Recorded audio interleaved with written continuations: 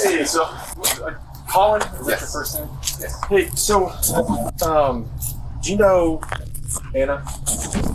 Last name is Wilson. Oh, yes, I do. So, there's really no easy way to say this, sir. So, apparently last night she passed away. This is Colin Strickland, and he was just told that his ex-girlfriend, Anna Wilson, was brutally murdered only hours ago.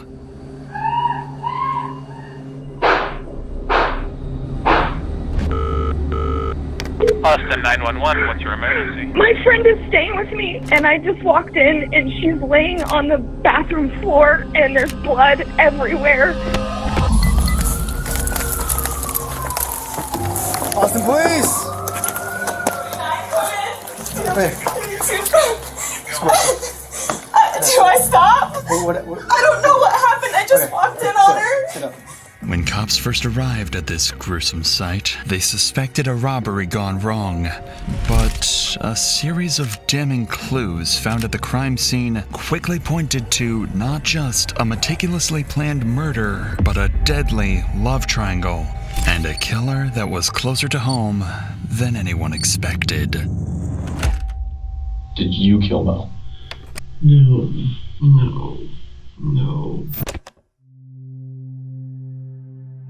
On May 11th, 2022, police were called to an address after a woman made this disturbing 911 call. What's the address of the emergency? It's 1708 Maple Avenue. Okay, tell me exactly what happened. My friend is staying with me, and I just walked in, and she's laying on the bathroom floor, and there's blood everywhere, and I don't know what happened. Is she awake? She's not awake. There's blood all over her face Caitlyn. and all on the back of her head. Is she breathing? No, she's not Okay. breathing. I've got the paramedics on the way to help you. Stay on the line, Caitlyn. That caller was Caitlyn Cash, and she'd arrived home to find her friend, Moriah Wilson, clinging to life after being shot. Austin, please!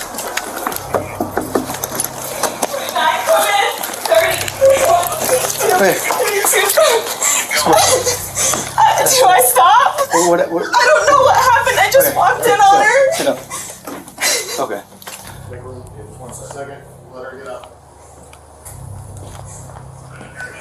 Yeah, together here.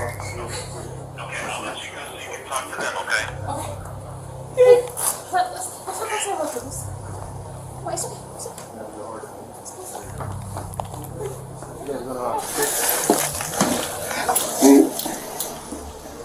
Yeah, the headshot. Nobody heard any shots? We don't know how long she's been down? No. And that's it. That's pretty close to it. Yeah. Oh, we got CSF in there. After assessing the situation, officers noticed cerebrospinal fluid, or CSF for short, oozing onto the floor. This fluid surrounds the brain, meaning the bullets had actually pierced her skull and killed her instantly. This meant there was no saving her, no matter what anyone did. But officers could still bring her killer to justice, which is why they need answers right now. Answers that only Cash can give, as she is the only witness that officers currently have. Do you know if she's talking to anyone or any friends? I know you say you don't live here. Yeah, no, she was with her friend Colin. Colin, Yeah, Colin's last name. Colin Strickland. Colin Strickland? Strickland, yeah. They went swimming. Okay. Did you see a gun or anything like that in when you were in? A bullet. Colin? You said Colin Strickland? Strickland? Okay. Yeah. And you know where Colin Strickland is? No, but I have his phone number. I can call him. Or I can give you his phone number. That information from you. You said, so she went swimming with Colin Strickland? Went swimming. I left to go have dinner with my friends, and then I came back. Yeah, this is my house. That's your house. This is my house. She's staying with me.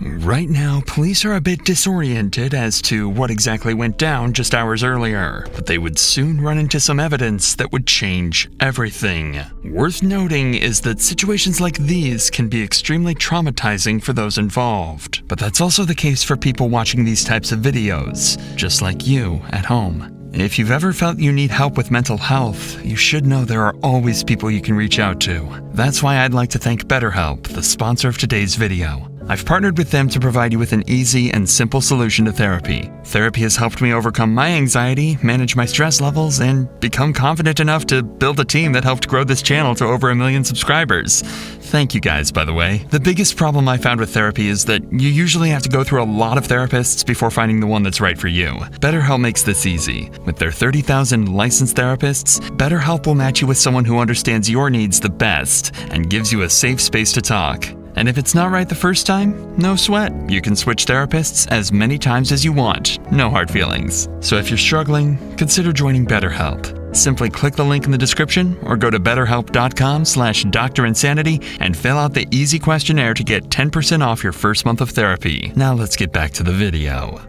When was the last time you spoke with her? When I left here at 5:30. Are you guys friends? You and him are friends, or I mean, like acquaintances? Well, no. What car he drives? Is a cyclist. A cyclist? Yeah. Does he live in this area? He lives in South Austin. Does she have like a license or a wallet up there at all? You know? I mean, she should. Okay. Yeah. She said she's from San Francisco. Well, she's from Vermont, but she's living in San Francisco. And she came to visit you. Yeah. Okay. Yeah. I'm just here for a bike race this weekend. Okay. Did her and Collins have an argument at all? Do you know? I don't have any idea. You don't know, The only thing I know is she said I'm meeting him to go sweating. Okay. All right. What time was that? 5 p.m. today? Yeah, I mean, I can see it in my text messages. When was the last time you saw her? Was that when you saw her? You had eyes on her? For dinner at 5:30. So you left for dinner at 5:30. What time did you come back? Right 2 minutes before I called 911. Okay, so According to Cash, Moriah had been with Colin, her ex-boyfriend, all day and was home only a few minutes before she was found dead. This made Colin a major person of interest that the cops would interview later on. But for now, there are more pressing matters. It turns out, Moriah was in town for a bike race and had brought along with her a $14,000 racing bike which could have been a massive target for someone. And as the cops would soon find out, that bike was missing. It quickly became a possibility that someone could have been waiting for Moriah to be home alone and attempted to rob the bike, only for Moriah to resist and end up getting killed. This being their only lead, officers needed to trace down where this bike went, as it could take them straight to the murderer. That's her bike cover, yeah. So where did the bike go? Probably there. Did she keep the bike in the garage, or where did she keep the bike at? So if you right to right through this first unit right here, this is her and these are her landlords. So this bike cover is the big, yeah. So where would her bike be at? Where would she keep her bike? I mean, it would be right inside the door. Yeah. Is her bike's inside the door? Is there a bike? Anywhere? You see a bike? She said she would put it right by the door. No bike. That's negative, Jobs. With no trace of the bike in the house, officers decided to begin searching the woods nearby when they made a discovery that showed them they were on the wrong track completely, leaving them with absolutely zero leads. Hey, come here. Somebody might be in here. This might be the bike, okay? But hold on. Somebody might be in here. Henry, hold on. 7529. Okay. All right. Over there. Airport 32, I located the bike. Since the bike was dumped nearby, officers suspected that this was placed as a red herring for them to chase. Officers are being tricked, and if the killer is smart enough to trick officers, they're also smart enough to begin covering up their tracks. This is why the officers swiftly moved to gather evidence from the scene, the most important of which are the shell casings from the bullets used. There's one right there. You said right there. Where? There's one right there. Right there. Okay. Those bullet shells will help cops identify the gun used. Now they just had to find that gun and the shooter, who officers initially believed could have been Cash. It is for this reason that officers bring Cash back to the police station in order to conduct a crucial test to confirm whether she's innocent or not. So, let me tell you this up front. By no means in the world do I think that you did any of this. Okay? But so what they're gonna do, we're just gonna have them swab your hands for gunshot residue.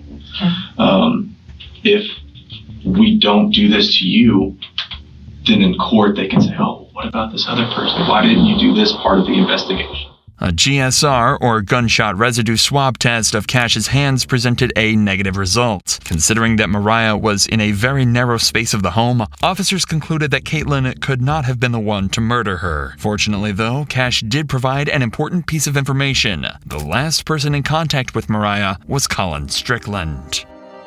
Digging deeper into this, cops discovered that the two were having drinks at a nearby cafe and have never suspected that this would be the last time that they saw each other. This is why Colin was an important lead who could give officers valuable insight about the events leading up to the murder. But before police went in to interview Colin, they noticed some houses in the neighborhood had CCTV cameras installed, which could possibly help reveal the killer's identity. When investigators watched the footage back, they found something very interesting.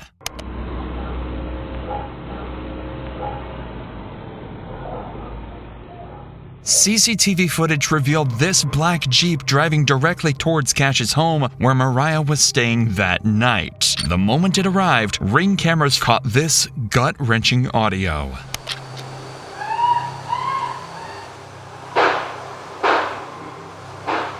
And immediately after the shooting, the killer escaped. Although this was a massive breakthrough, there was one glaring issue. Officers had no way of identifying the driver. After all, the cameras were too grainy and the vehicle was too far away for officers to get a shot of the driver or run the plates. However, only a few days later, they come across something incredibly interesting when going to question Colin Strickland, Moriah's ex-boyfriend. Hey, how's it going? This is the same black Jeep that officers saw on cameras parked right outside Colin's home. Hey, so Colin? Yes. First name? Yes. Hey, so do you know Anna? Mo. They know Mo. Yeah. Everybody calls her Mo. Last name is Wilson. Rider, she's a yes. gravel rider. Yes, I do. Okay, so there's really no easy way to say this, sir. So apparently last night she passed away.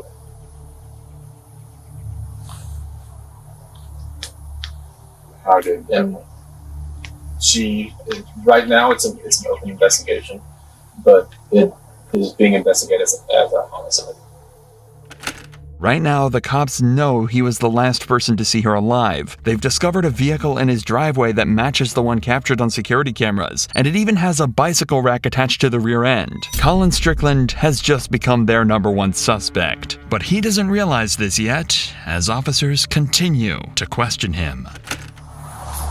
Okay.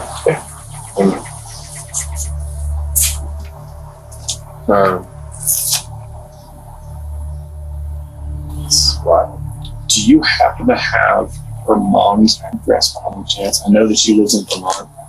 I have an address for her brother, but we're just trying to send someone to her mom's address instead of us actually calling her over the phone.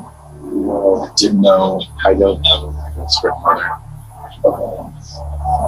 We went to Deep Eddy yesterday afternoon, and then we drove her, and I dropped her at her the apartment she's been staying at. Yeah. Right after about 6:30.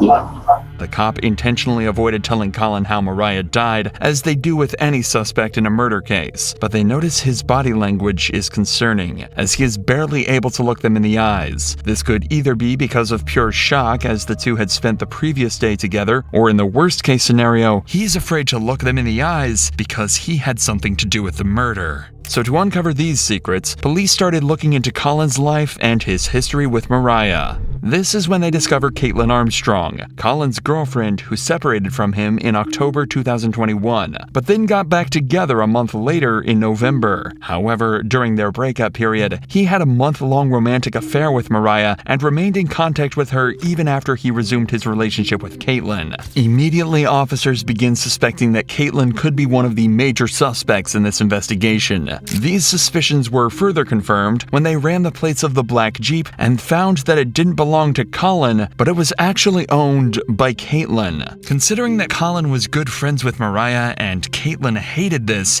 made her a suspect in this investigation. So to get to the bottom of this, officers bring in Colin 2 days after the murder in order to achieve two objectives with one interview. The first would be able to see whether Colin has a solid alibi that he can present to the officers. After all, whether he did it or not, Colin was the last person to see Moriah alive. And the second is to gather information that can be used against other suspects, like Caitlyn.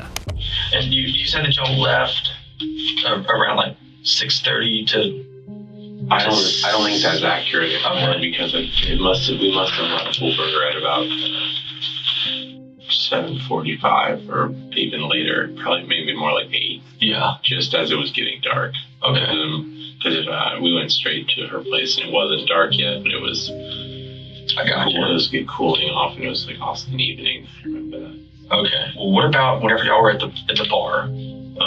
Was there anybody that was like watching y'all, or like was acting weird with Mo, or Mo didn't know she doesn't live here, so no, not at all. Yeah. Nobody. Anybody that like tried to hit on her at the bar or anything, or no? Okay. No, not that I saw. Nor that she mentioned. I didn't notice anything out of the ordinary, to be honest, at the bar. The cops are looking for more than just details of what he and Moriah did that day. They're going to try and figure out why exactly the black vehicle from the murder scene was conveniently parked at Colin's home. Whenever I was over there earlier, I saw there was the other car, because you said that you drive a motorcycle and then you drove the Mercedes. Drove Mercedes. Up here. I guess the other one is... Jeep is hers. My girlfriend, Caitlyn. Okay, so that belongs to her. Okay. All right, so you got back around like 7:30. I don't know exactly when that was. I think I texted Caitlyn as I was leaving, just saying, hey, are you still out getting food? Yeah, more like 8:30 is when I dropped her off at her house. Okay. Like just before dark. So I texted Caitlyn as I was like after I left. Okay. And that was whenever you... It says 8:36. I think she was in a yoga class. She showed up. Yeah, close. So you're getting back home. She's not home. What time was it that she got home? Short right after I texted her, probably 9:20 or so. That says 9:21. Okay. Like where had she been? Like that whole... She had actually a laser hair removal appointment, she said, at 7 p.m. downtown. Uh-huh. And then after that, I'm not exactly sure. She had texted me asking if I wanted to meet up, and I didn't reply. And then I didn't see her or hear from her until I was back at home. And did she say anything like whenever she got home? Like where she'd been? No, but she was in her, like, a yoga outfit, carrying a yoga mat. Although Colin had heard from Caitlyn the night of the murder, he couldn't give her a solid alibi and didn't even know exactly where she did her yoga classes. He also managed to avoid mentioning his romantic affair with Moriah, but he'll soon be left with no choice but to tell the cops everything. So how long had you and Caitlyn been dating? About a year and a half, maybe 2 years, actually. Okay. And then how long was it that y'all had broken up whenever you and Mo got dated? Not very long, actually. While you were dating Mo, Caitlyn was still living with you? She was moving out. Oh, okay. I mean, she had another house. She had a sister in town, and yeah, it was definitely very... I was about to say, that would probably be pretty... It definitely was. Awkward. It was kind of almost like something I felt like to force the situation, which is stupid. But so, why was it that you had to change the name from Mo in your phone? Just because because in the past Caitlyn has looked at my phone, and I just didn't want to surface. Basically, that would always start fights. Exactly. Basically, nobody else can have you. Yeah. So he gets kind of jealous. Yeah, Understandable. I mean, it wasn't exactly unique to Mo or anything. Yeah, I got you.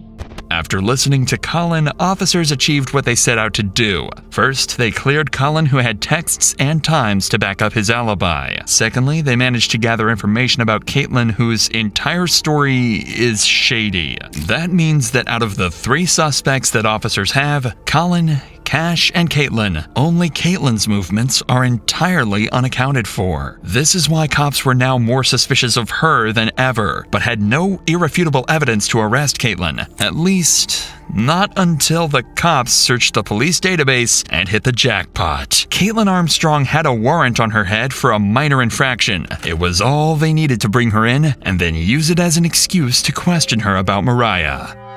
All right, so I'm Detective Connor, and so my partner is actually talking to Colin right now. So I wanted to come in here and start chatting with you and everything, so you don't have to wait super long. So it sounds like you may have some information, may have witnessed something, so I just wanted to chat with you about some stuff. But you're here for a warrant right now, I guess. Are you familiar with what you have going on with that? No idea. Okay, so I guess it was like a theft of service warrant, something kind of minor. Nothing. Okay. So that's why you're here. You've got a theft of service warrant. That's why you got picked up today and everything. So I was just letting you know on that part. Observe how the detective maintains an almost nonchalant demeanor, despite the gravity of the situation. This is deliberately done to create a sense of security for Caitlyn, ensuring she remains unaware that she is under any suspicion by the police. Despite this, Caitlyn appears noticeably tense and uneasy. Can you tell me what it was that was the theft of service? I can look. I'm not sure what it is at this point, but I can look that up later and get you a little bit more information on that for sure. But because you are here and because you were under arrest for that portion of it, we always have to read Miranda and stuff because I want to talk to you about some other stuff that's unrelated to that. The officer has ignored Caitlyn's questions about her warrant because she is more focused on digging up information about Moriah's murder, a tactic that becomes dangerous as Caitlyn begins to raise concerns about her legal counsel. If I have an existing warrant and you don't know what it's about, do I need an attorney here? So the warrant is just a Class B, just theft of service type thing. The reason I'm here is because your name came up during a conversation with Colin. I think there's a lot more information that you have that can kind of explain some of the stuff he's saying. But to be able to do that, I have to read you your rights, just so that you know and you're protected and things like that, okay? Okay, and so if you're reading me my rights, then I should That's because of the warrant, because you're under arrest for the warrant. So you're technically in custody because of that warrant. So they're 2 separate things. Does that make sense? I think so, but I have never heard. Even though they have Caitlyn exactly where they want her, one tiny mistake is about to allow someone cops suspect to be a killer to walk away scot-free. Well, good news. So that's what they were just knocking on the door is apparently that warrant, the date of birth was wrong. So it had your name, but the date of birth is wrong. So it's to a different person. So that's not, you're not under arrest, okay? Okay. I know, it's a little crazy. Although the cop tries to make a joke of the situation, Caitlyn now knows that she can leave whenever she wishes. After all, cops have no legal ground to hold her any longer. This is why it's down to this cop to try and convince her that talking is the right thing to do. But I would really like to talk to you and clear some stuff up because Colin did bring your name up, and I think there's a lot more information that you have that can kind of clear some stuff up. Does that make sense? It makes sense. I feel like I should have an attorney present. So that's totally your choice. So at this point, you are free to leave at any point. So this is going to be consensual at this point because you're not under arrest, okay? To make matters worse, Caitlyn has just requested an attorney. Legally, the detective is now bound to cease any and all questioning related to Moriah's murder, but she's about to thread a very dangerous line of breaking the law in order to get any information out of Caitlyn.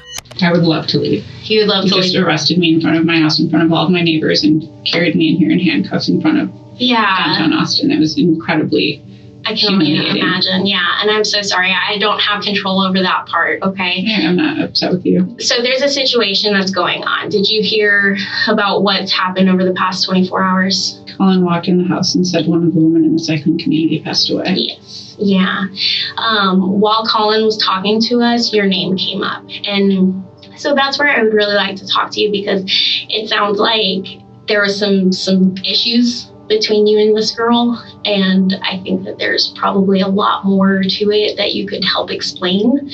Okay, I'm not sure exactly what you mean or what information you'd like. So it sounds like maybe he went out with this girl the other day, and maybe it sounds like from what he's saying that you were a little upset about it. And so that's why I kind of wanted to get your side of it, because that's not fair if he's just saying one thing and trying to go down a route, and I want to make sure that's not the case. That it's not accurate. Yeah, and that's why I wanted to chat with you, because it's a guy. He's going to say stuff, and so we want to make sure that we get both sides of the story and everything and clear it up. So what were you doing yesterday? I would like to leave, I think. You'd like to leave? Yeah. Okay. But understand, if you do, then we only have one side of the story to go on. Mm-hmm. And from what we're hearing from Colin, it's one side, and well, I just am uncertain as to even what you mean or what he could have said, because I didn't have any idea that he saw or went out with this girl. Okay, yeah. Recently. Has he been talking to her on the side? Leave. I don't actually know, and I would like to leave. Okay. At this point, getting Caitlyn to talk willingly seems like a lost cause. She knows she can walk out of the station and nobody can stop her, so the detective decides to drop their bombshell evidence in the hope she might crack. And your vehicle was seen next to her house, and we needed to talk about that, okay? Because when he's saying this stuff and then your vehicle is seen, I want to be able to explain, okay, there's a logical explanation for this. Maybe you were upset and you were just in the area or something. I don't know, because I don't have your story. When I can't explain that and all I see is that your vehicle's over there, that kind of makes it look not too good, right? Okay. And then when we're talking to Colin and we're hearing yeah, there was some jealousy stuff going on, that doesn't sound very good. And so that's why I really want to get your side of the story, because maybe there's a lot more going on. I would like to leave if I'm free to leave. Okay. Unfortunately, there was nothing that officers could do to stop Caitlyn from walking out. At this point, they were incredibly suspicious of her, as her behavior throughout the interrogation meant that she was hiding something. But if officers couldn't find out what this was from Caitlyn, they'd do it from the one person who knew her best, Colin Strickland, who was called in a second time for an interview in hopes of uncovering more information about Caitlyn. However, there is one problem. This time, Colin brought his lawyer with him, and questioning him is about to become exponentially harder. How was Caitlyn during that time? I guess my understanding, she wasn't too happy whenever she saw Mo. Caitlyn after Mo was in Austin for a week, and Mo and I had broken up with Caitlyn before Mo came to town. Mm-hmm. And then I actually did not know that she was coming to Austin in October. I had no idea. We hadn't discussed that, and I don't think so, because it felt like a surprise. And then she was here, and I just said, let's hang out. So I was mentally ready to kind of move on. And I know after Mo left town after a week, Caitlyn's things were still at my house. We were sleeping in separate rooms, and effectively, Caitlyn was on Bumble. I know she had made several dates with people, and I don't know. I never asked what extent they were evolving a relationship, but I know that she had several men that she was dating of sorts, and I was fine with it. I mean, that was kind of the understanding, of course. Mm-hmm. So, yeah, it just seems very weird to me that there would be any dwelling on fixating on a person when she was moving on to other relationships, at that time. From what Colin says, the two clearly had a troubled relationship, especially considering the facts that both Colin and Caitlyn rebounded while on break. This is why officers need to dig deeper into what Caitlyn acted like both during and after this time to determine if she showed obsessive traits in her personality. It's just kind of going back to, me just trying to figure out, just kind of how she is, her personality and stuff. I mean, if you were to ask me about, hey, how was your wife? Well, yeah, I'm going to tell you, yeah, she's always happy. But does she get mad? Yes, everybody gets mad. That's natural. I'm not going to blow that out of proportion. Do I think that my wife could go and kill somebody? No. There's no way in the world. Do I think my wife would hit somebody? No.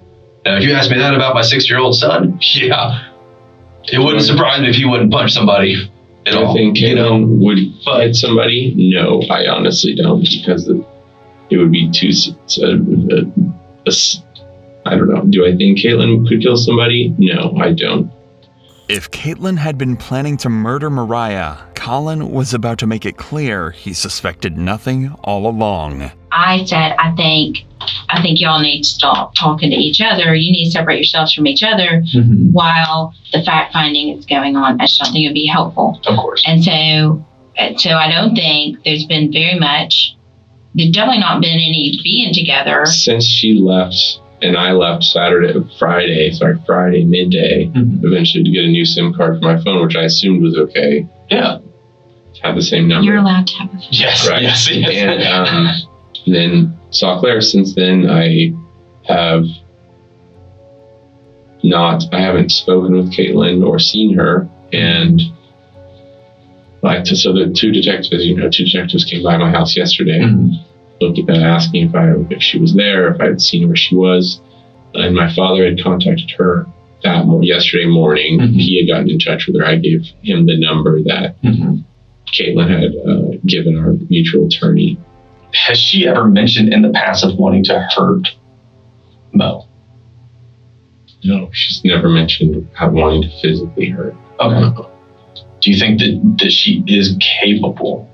If I thought she was physically capable of hurting another human, I would have extricated myself immediately from that situation. Not only not so much for my own personal safety, but my concern for another human. So what's that answer? The answer is no. Okay. I don't believe in any way she's capable of that. Okay. The gun range that she visited with her sister, do you know where that gun range is? I think it was on South I-35. I told them to go to the Reds, which is now something else, which is the one I drove past on my way to school for 12 years at the Waldorf school. But they went to another one because a mutual friend had been there. You bought the guns, right? I bought the guns, yes. When was that? I think early December. Okay. There's a receipt with them. I'm sure you could look at the receipt.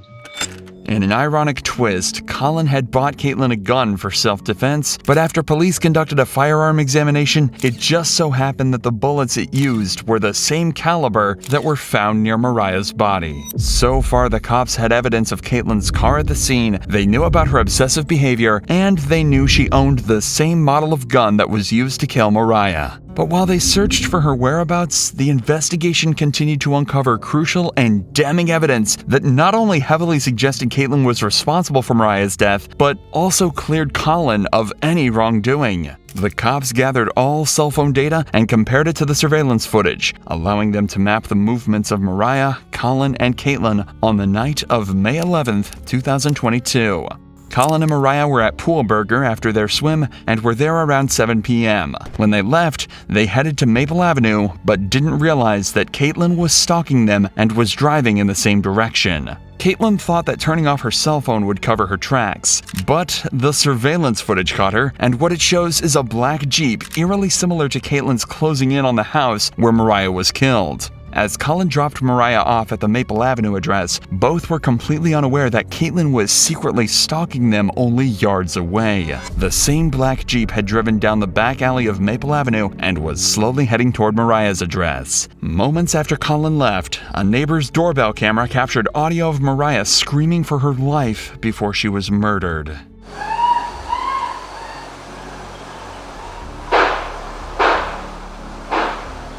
Colin's cell phone placed him driving away from the area before Moriah's death and cleared him as a suspect. This meant that the only person who could have killed Moriah was Caitlyn. All that was left to do was arrest her. But when officers went to find her, they discovered a massive problem. Just hours before they solved the murder, Caitlyn had left the country under a fraudulent passport which was originally her sister's. Caitlyn likely did this to avoid using her own passport in case officers were keeping tabs on her, but the fraudulent passport gave her enough time to escape. After getting a search warrant for her Gmail records, officers found a flight ticket that was booked for a one-way flight to Costa Rica. Even CCTV footage obtained from Austin Bergstrom International Airport in Austin showed her boarding into the plane. An initial investigation into her records showed that she had booked a hostel in Santa Teresa Beach while working as a yoga instructor. So, to lure her out, an officer sent a message out on social media asking for a yoga teacher in the local area. Soon, Caitlyn took the bait and replied to the ad and agreed to meet up.